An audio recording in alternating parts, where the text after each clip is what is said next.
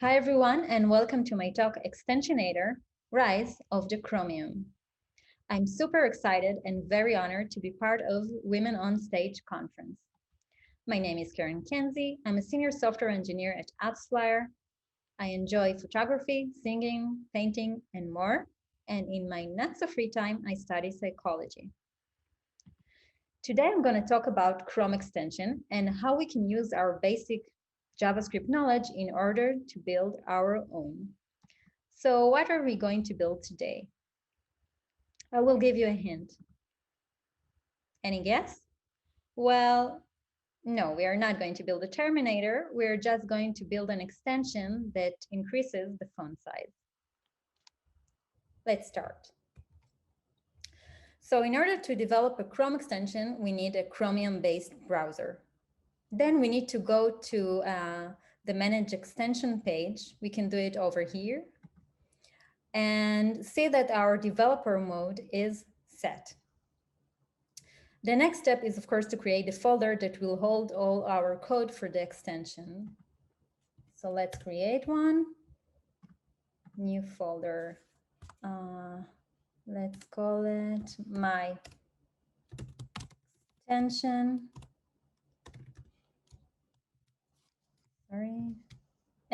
Sorry about that. And let's open it with our favorite IDE, whether it's VS Code, WebStorm, or even Vim. The first file, which is mandatory for extension, is the manifest file. So we will start with it. The manifest file is a JSON file that basically holds all the relevant information for our extension, like its name, its description, its version, etc. Let's create this file.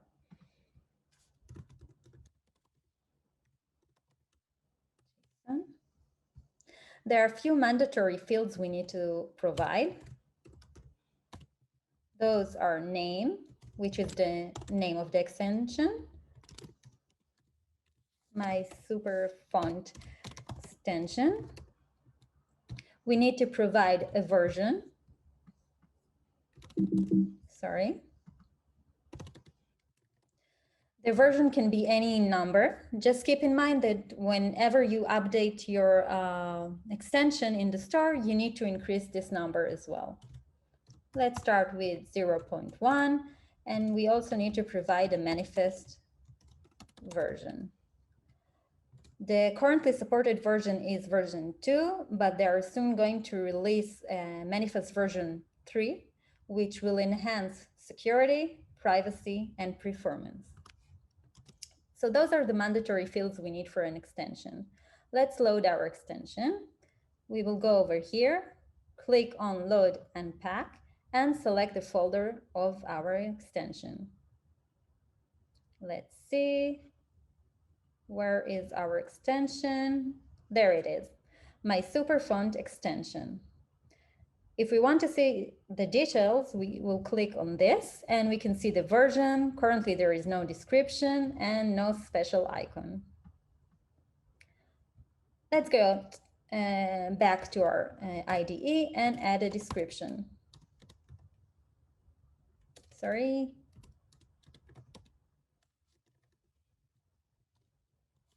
Increases the font size.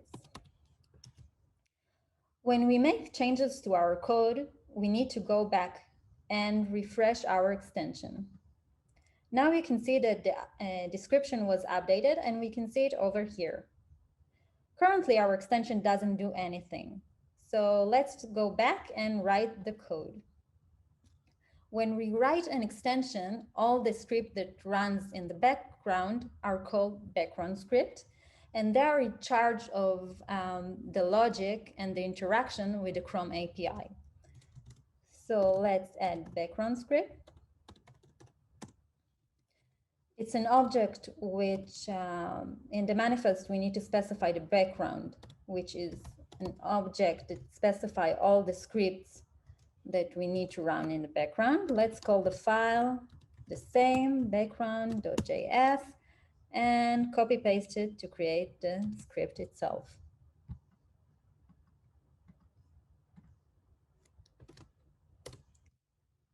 Okay.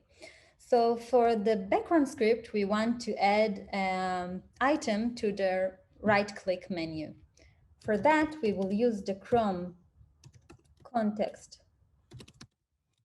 menus API and use the function create. We need to give the item a title, which is super size. The font, for example, we need to give it an on-click. Sorry for that. My zoom hid my mouse. So we need to give an on-click, not on link, on-click function. Let's call it increase ink font. And let's go over and create this function. The function will receive two objects, info and tab. For now, let's just console log the information.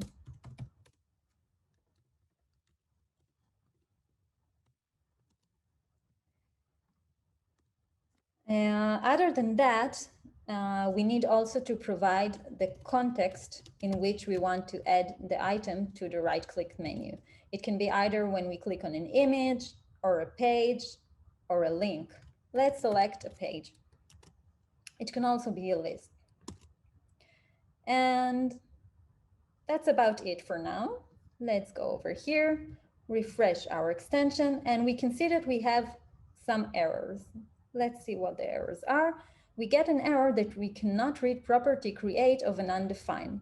This is because we are trying to access the context menus and we don't have permission for it yet. In order to provide the extension with permission, we need to define the permission in the manifest. So let's go back to the manifest and add the field permissions, which is an array of all the relevant permissions that we need for our extension. Now let's go over here, clear all, go back and refresh, and no errors to be found.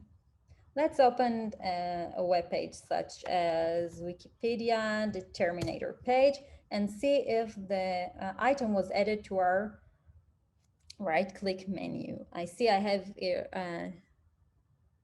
two items added. I think it is because I played a bit with the extension before. Let's rename the title of the item, supersize. Let's name it like supersize my font instead, so we can differentiate between the two items. Let's go over here. And supersize my font is the latest Chrome extension we just created. So when we click on it, nothing really happens right here because we didn't add the code that increases the size. But if we will go to the extension and click on the background page, we can see here the console log we just printed with all the information inside the info and the tab. We can see information such as the page URL and more.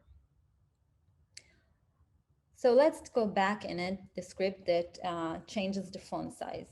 So beside the background script, there are other scripts, which are the content script. Those are the scripts that are responsible for the interaction with the web page itself. We can either declare it in the manifest and specify the file itself and the pages we want to the script to run on, or we can inject the context script programmatically in the background, for example. So let's do this thing. Let's inject the script over here. We will use the Chrome tabs API and call execute script. We will run the following code. So we want to change the font size, therefore we need to access the document, document, body, style, and font size. Let's say we want to increase the font size to 32 pixels, for example. Sorry, I have an additional typo. Let's go over here, refresh the extension, and let's see if it works. Click over here, nothing happens. Why? Let's see if we have any errors. Well, we do. We cannot access content of a page. Why? Because we haven't added the relevant permission. So let's get back to the manifest and request the permission also to the active tab. This will allow us to access the web page itself and change the font. Let's go back, refresh the errors. Let's clear the errors, go back, refresh it, no errors, and let's see if our extension works. Click on it, and ta-da! Our extension works. It changes the font size to a larger font size. Last but not least, let's change the icon of our extension. We can do that by going back to the manifest and specifying the icons we want to use. We can set different types of icons for different sizes. And if we provide only just one default size, the Chrome extension will take this image and shrink it so it will fit to different sizes, because the icons will appear also in the web store and also in our case in the right click next to the right click menu item. So I've pre-downloaded images before. Let me just copy them. Extensionator. Then, sorry. Let me just copy the image. Let's say we want to use the plus icon. Let's go back to our project and add it here. And let's specify it was added over here. And let's edit plus PNG. And as usual, we need to go back and refresh. And we can see that our icons over here has changed. And also if we go back to the page and right click, we can see that the icon was also changed here, and it will help us also to differentiate between those two extensions. So that's about it. And if you want to check out the code, you can scan this QR and see it on my GitHub page. I want to thank you very much for joining me in this talk, and I hope that I inspired you to write your own Chrome extension.